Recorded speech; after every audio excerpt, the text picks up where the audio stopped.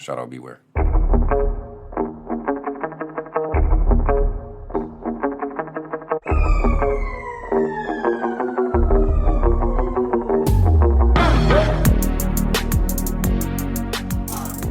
What up, though? And it's your favorite Pistons podcast, Pro Wrestling Talk for the Pistons fan. Want to find out more about our show, like where to order our official t-shirt or how to follow us on social media? Visit our Linktree /PWTPF. That's linktr.ee/PWTPF. And thanks to our premier sponsor, ticket-barter.com. See you at the seats. So that's it, man. New Day, man. They have it doesn't appear to be a work. ESPN reported, man. They are done with the WWE. That's it.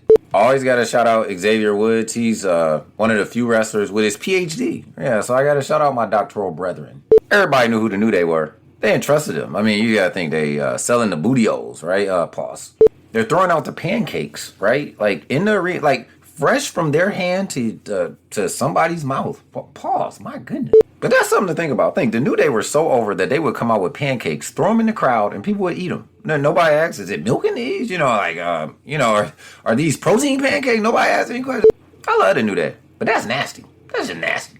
There was even a New Day podcast for a while. I'm sure you can still look it up. Remember when WWE was trying to get into the hey, how are we going to do this podcast thing? And the New Day had a podcast. Yeah, that was actually, they had one of their best episodes when they had Sasha Banks on there. Or Mercedes Moné, excuse me. Another fun, New Day moment in the WWE, but a little crossover thing was when they were like, this is, remember the independents were just on fire, right before AEW started. It was just on fire. There was an actual need. There is an actual need for AEW, but at a video game conference, it might have been E3, New Day went against the Elite. So they went against Kenny Omega and the Young Bucks. So that was just kind of fun because it was like, wow, these are WWE guys and they're kind of going against the anti-WWE guys. But this is pre-AEW. So it was just really just a moment. Yeah, we geeking out now. Anytime you start talking about wrestling and a video game tournament, somebody done cut it off. It's this guy. But back to the pancakes for a minute. I always say, if I ever catch a New Day pancake, I'm throwing it away. And then the other thing is, if I'm ever sitting front row and Triple H do that spitting thing, I'm filing a lawsuit. Look, don't do that to me. Do that on the other side of the ring, bro. Don't get up here spitting your water at me. I'm not a germaphobe. I'm not. I'm just saying, some stuff is just nasty. And during peak DX, Triple H, the game, he would spit out. You see guys, not just women, had their tongue out the game, spit his water on. Man, pause. I always say one of the best matches I ever saw live is Undertaker Batista, WrestleMania 23. And then 2017 Hell in a Cell, New Day versus the Usos. I was there. Phenomenal moment. Shout out to my boo. My wife got me those tickets as a surprise. I think the Usos won. New Day didn't win. And if it serves me correctly, that was the first ever wrestling event at Little Caesars Arena. The first ever. Ever. Yeah, let's pour some more just gasoline on that one. Let this one sink in. The WWE had an event at LCA before the Pistons had a regular season game at LCA.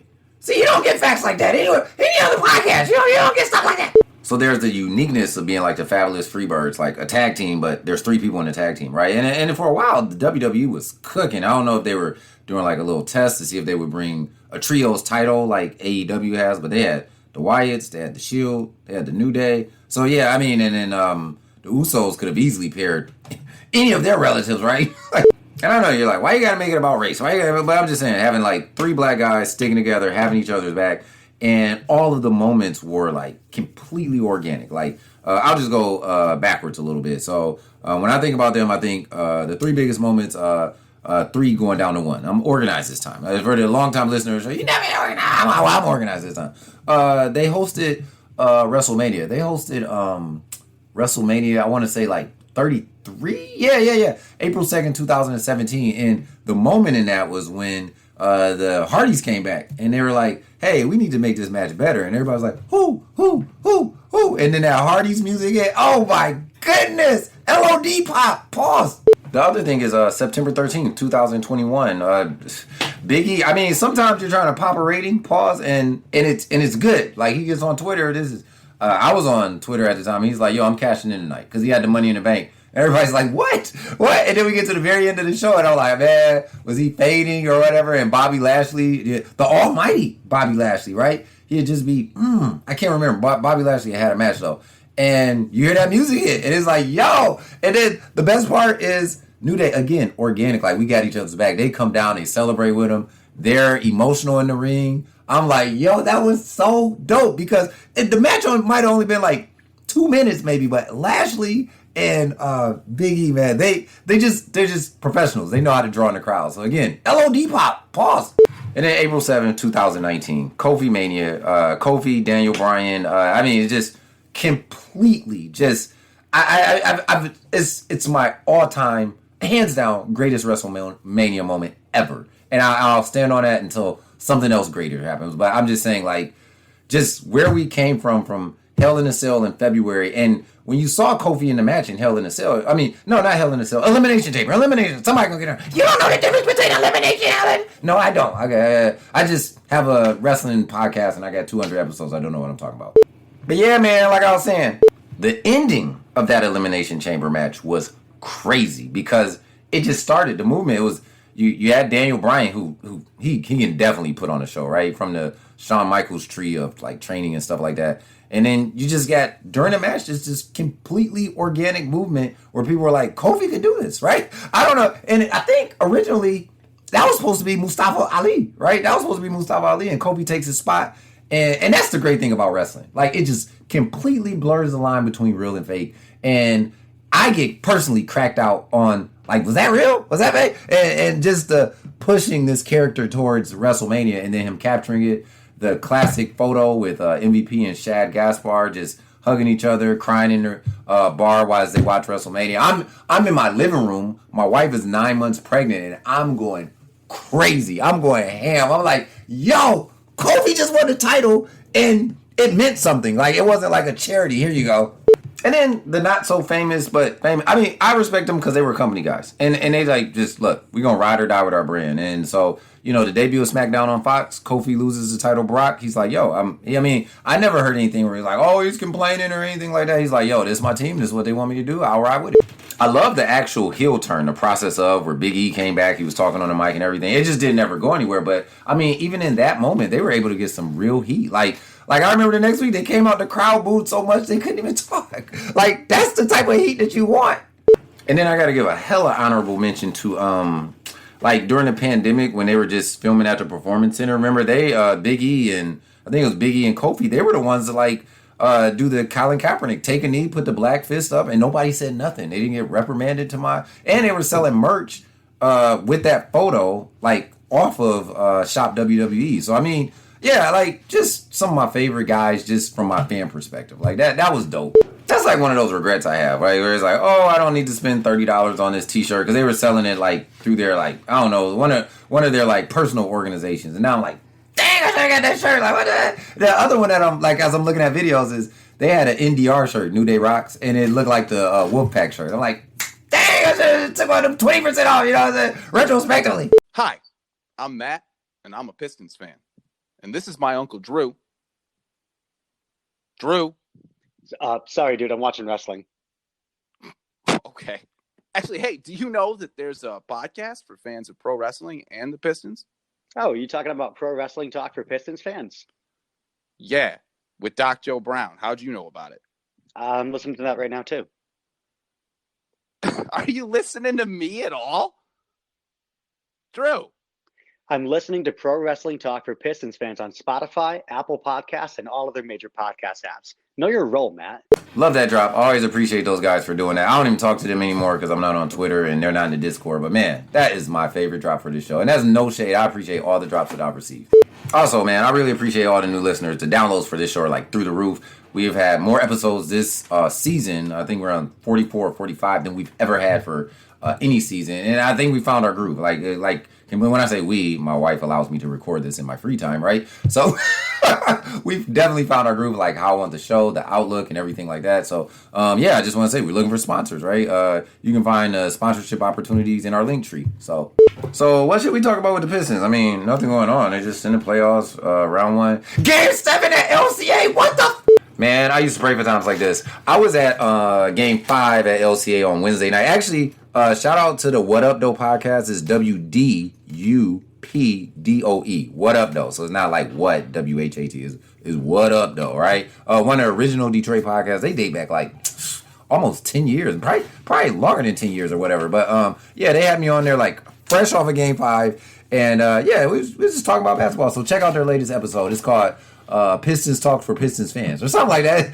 I think they messed up the title, but hey, it gets the point across and you get to just tag. Anybody looking for Pistons content, they definitely go find that episode.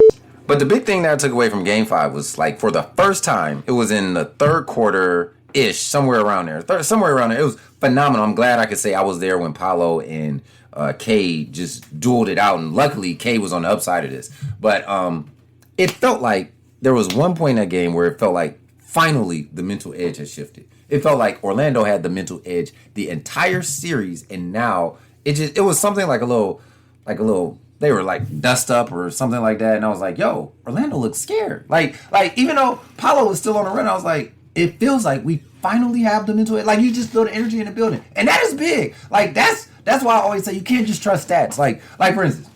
So yeah, let the stats people stats. I think all stats people should just go to another planet and just stat your life away. Just that way you can just simulate every game, every win, everything. And us normal people will just operate in the real world, right? Where we understand people can have bad weeks. We understand that you can't predict everything based off numbers. We understand that unexpected things can happen, like the Magic missed 20 straight shots in a row. We understand that life's. You know what I mean? Like, everything can't be predicted by a number. You know what I'm saying? The ultimate play. Oh, if we would have run this play 1,000 more times, that never would have happened and blah, blah, blah. But guess what? You only had to run it one time. And guess what happened? Go green, go white. Trouble with the snap. That ain't nothing to do with nothing. Anytime I can rep my brain, I'm going to do it. I'm going to do it.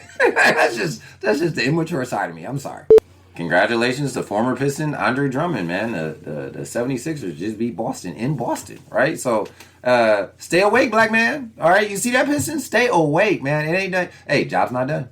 Job is not done, man. We got to come out. I mean, the season has been on the line in the last 2 games, but now you don't want to do all that work. You know what I'm saying? Hey, yo, man, ain't nothing worse than, you spend 30, 40 minutes ironing your clothes and piss your pants. That ain't never happened to me. I'm just saying. I'm just saying. I don't know why Ron Holland is not playing, and you don't know either, right? You don't know either. But I will say this, man. Ron Holland, man, stay focused, man. Forget the haters, dog. Like, stay focused, stay ready, stay into them. That's all I can say. When and I know we were just talking about this in Discord, but I felt the need to bring it to the masses. Like, when it's a timeout, be the first off the bench so the starters can sit down. Be slapping fives, getting everybody a high five. Like, your body language, let them know that you're still checked in, man. And your time is going to come. Same thing, like, man, we had Michael Curry starting over Tayshaun, right? And when Tayshaun got his chance, guess what? He was ready. And now he was the unofficial Prince of the Palace. No, it's official. He was the Prince of the Palace. So, like, really, ask somebody right now if they know Michael Curry. Like, an average basketball fan, right? They'll be like, Michael Curry sounds familiar. Ask them if they know Tayshaun Prince. And they'll be like, oh, I definitely know Tayshaun Prince, right? Olympian, NBA champion, legend at Kentucky. Man, so just stick it out. Like, yeah, I'm telling you, just stick it out. I hope this message gets him. And I know people be like, ain't nobody listening to your show. But, I mean, look, trust, believe, anything's possible! Shout out Kevin Garnett. I got a random question. Why doesn't Cade Cunningham look fast on TV? I mean, clearly he is, because it's like 93% of the league can't guard him. When, you know what I'm saying? But it just doesn't look fast. It just, I'm like, God, why does this guy look? He is like literally Eric Dickerson in the NBA, right? He's like, because Eric Dickerson used to be like, yo, the coach used to always be like, why don't you run full speed? He'd be like, dog, I am. I don't want to be embarrassed by him, but a part of me just wants to be out there one time for a play, just to see, like, is this really fast? Is this as slow as it looks on TV? I mean, it's got to be fast. It's just, I guess that's why he plays smooth operator when he's in the stadium, like, every time he scores. Pistons, man. Pistons are the king of the mid-range. Y'all notice that? Tobias, man, they have mastered, and that's a very, like, anybody that's hooped before knows that's a very difficult shot. Like, when you have to do a jump shot, but you're, like, right around the free throw line. Man, Cade does it well. Tobias does it well. And then Asor Thompson, he can just dunk from there. I just dunk. When they were making those throughout the course of the game, for the entire game, it is curtains for the other team. The only thing that sucks is that you don't get 3 points for it. But other than right, because sometimes the other team may be on. Like Orlando has been on like for hell 6 games at this point. You know, for the I don't want to look at last game, but for the most part, these guys can't miss. And so if they hit 3 threes in a row, they got 9, and we come back and we hit 2 of those little floaters around the free throw line. We got 4. We still down 5.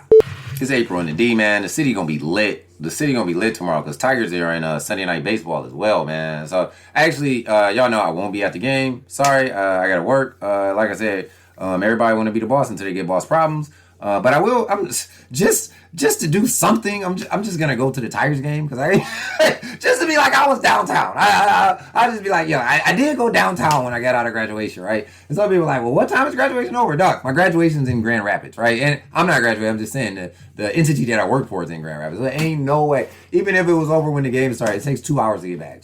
And Sunday is my Sabbath. I don't drink on Sunday. So a couple people hit me up like, why don't you come? We're going to post game for the Pistons and pre-game for the Tigers at the same bar. I'm like, well, I'll just be like, give me, what is that? The not the Dosaki Zero. What is it? The Heineken 00. That's I'm a pre-game with a Heineken 00. Just break it. Just break it. Shout out Beef Stew. Detroit basketball.